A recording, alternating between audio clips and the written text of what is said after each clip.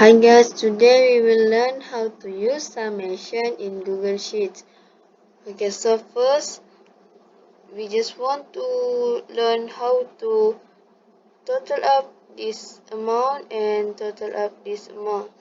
Okay, to total up this amount in this column, we just click here and then press button equal, type sum. It will give us suggested, but if you click it, it will show like this: B2, this is B2, and colon B5, this is B5. So if you press enter, it will give you an amount. This amount is total, is equal to total up this value. If you click here, you will get the information here.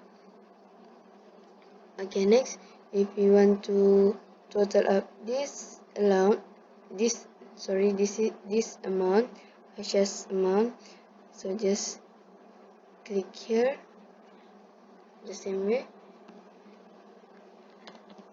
Don't forget to open bracket and then this B2, type B2 colon, this is D2, type D2,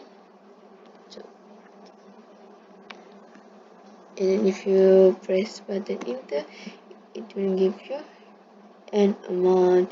So this amount is basically total up for this slide. Okay, that's all for this video. If you like it, just share, like, and don't forget to subscribe. Bye bye.